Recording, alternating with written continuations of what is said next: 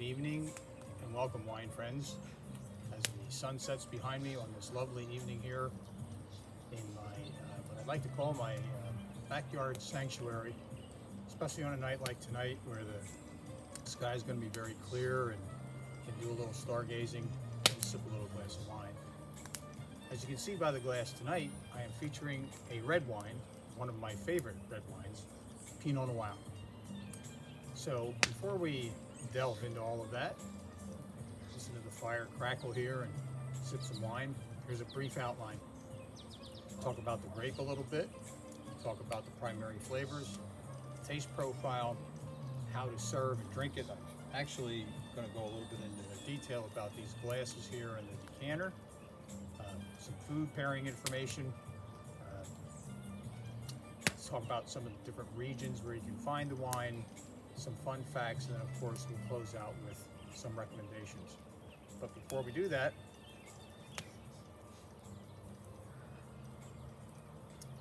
welcome. So let's start off. The Pinot Noir grape, Pinot Noir means pine black, black pine, from the French word for pine and obviously black. The reason that it's called black pine is that the grape cluster actually looks like a mini pine cone.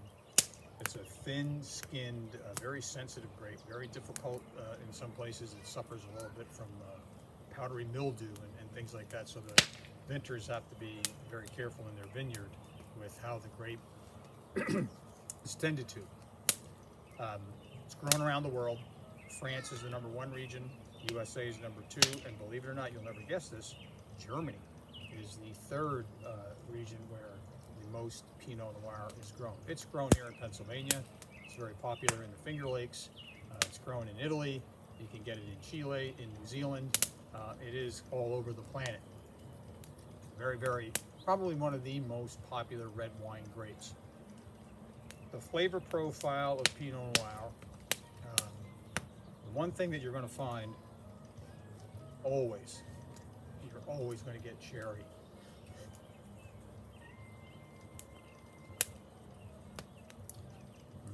Dry. Remember, dry cherry. Some raspberry. Some of them here tonight will have a little bit different profile. You're going to get mushrooms, and you're going to get clove and spices.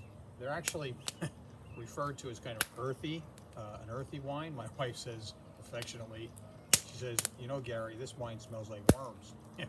She says that affectionately. But you really do get that earthy kind of forest floor funk on a glass of Pinot Noir. That's a good thing, if you like that kind of thing. So the taste profile is, it's dry, it's medium bodied, it's not a real big wine, it's got low tannins, it's got a medium acid, and it usually runs about 12 to 14% alcohol by volume. So it gets up there a little bit, but it's just your a regular red wine. In terms of food pairings, you can pair it with chicken, you can pair it with turkey, with salmon, with grilled tuna. It goes fantastically with any dish. If you like mushroom risotto, oh my God, this would be a wonderful wine to pair with a mushroom, even a mushroom pizza. And it also will stand up to any red meat and pretty much any other food that red wine would be paired with. But it really does go well with white meats, pork, chicken, turkey, salmon, and tuna, as I said. So the primary regions where you're going to find this wine are France, California, and I said Germany. I'm not going to talk much about that, but here in the United States, in Oregon. In France, the wine is called Burgundy, Bourgogne. Bourgogne can also mean Chardonnay, which we'll save for another chat on another night. But the one thing that will differentiate Bourgogne sometimes is the use of what is called whole cluster fermentation. They'll take the whole cluster, the whole Pinot that I was telling you about, and throw it into the vat, crush it, and then they'll go through the fermentation process, thereby imparting tannins, making it more tannic. If you want to always relate to tannin, think of tea, how tea drags, strong tea drags in your mouth. that's the same thing that you'll get in tannic wine. Now, Pinot Noir generally isn't tannic, but the ones from Burgundy can be, based on the way the winemaker chooses to do the fermentation process.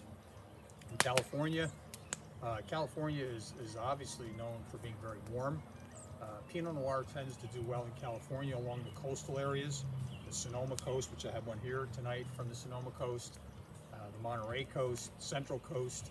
You want that warm days and the cool fog coming in off the ocean to cool down the grape at night. Pinot Noir loves that in its process. That's why it also does very well in the Finger Lakes, because of the cool air coming off the lake, and the lakes in the lake region at night.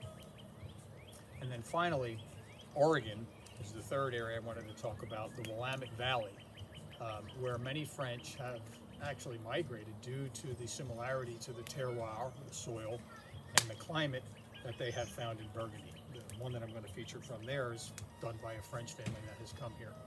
Well, not here, but to the Willamette Valley near Portland. So before we move into tonight's featured wines, I want to just talk about some strange odds and ends that you might not know about Pinot, and a little offer for you. The August 18th, for whatever reason, whoever ordained this, is known as Pinot Noir Day. So I'm going to promise the first person who posts on August 18th that this is Pinot Noir Day will be getting a bottle of Pinot Noir from me. Second fact is really a connection to the last presentation that I shared with you, and that was about the Champagne.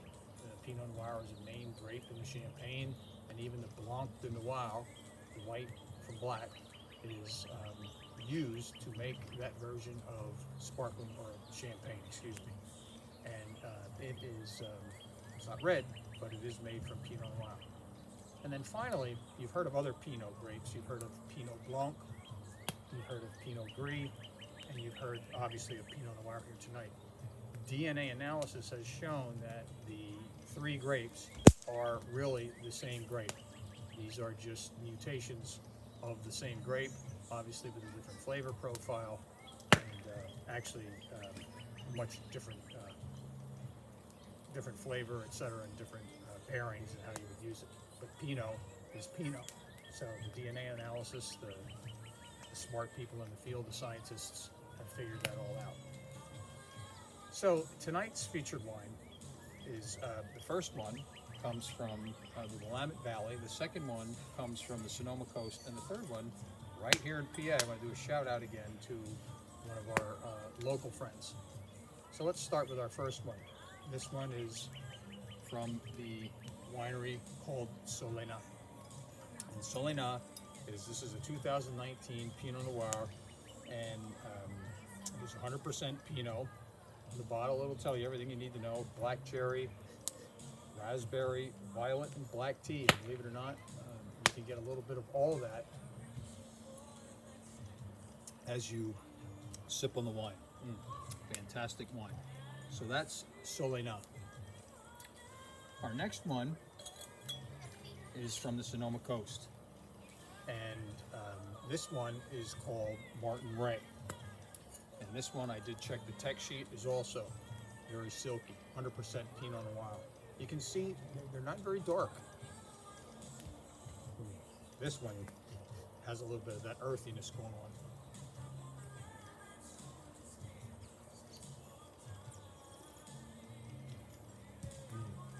These are so smooth. What a way to stare at the stars on a cool early summer night. And finally, the third one is from our friends at Maple Springs Winery in Bechtelsville, Pennsylvania. This one is the 100% Pennsylvania grape, grown not too far from here. Very clear. It's almost like a Rosato. You can see right through it. And it has big oak on it. That clove that I talked about earlier, big spices.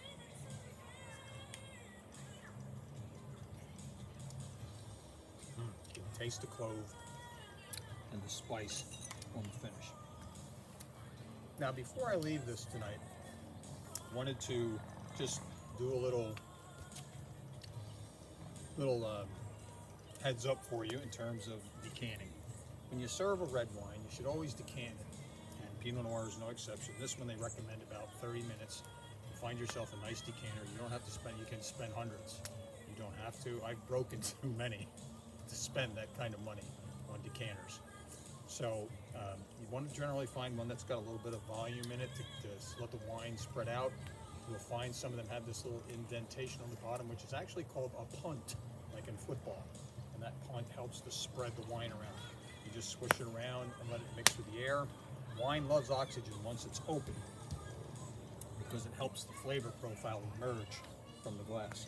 And I also want to talk about these special glasses. These actually were given to me as a gift when I retired from my career as a superintendent. And these big bowl glasses are amazing for allowing the wine to spread out. They're almost like a mini decanter in the glass.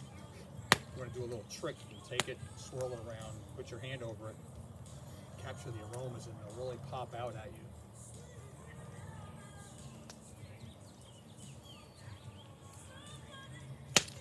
So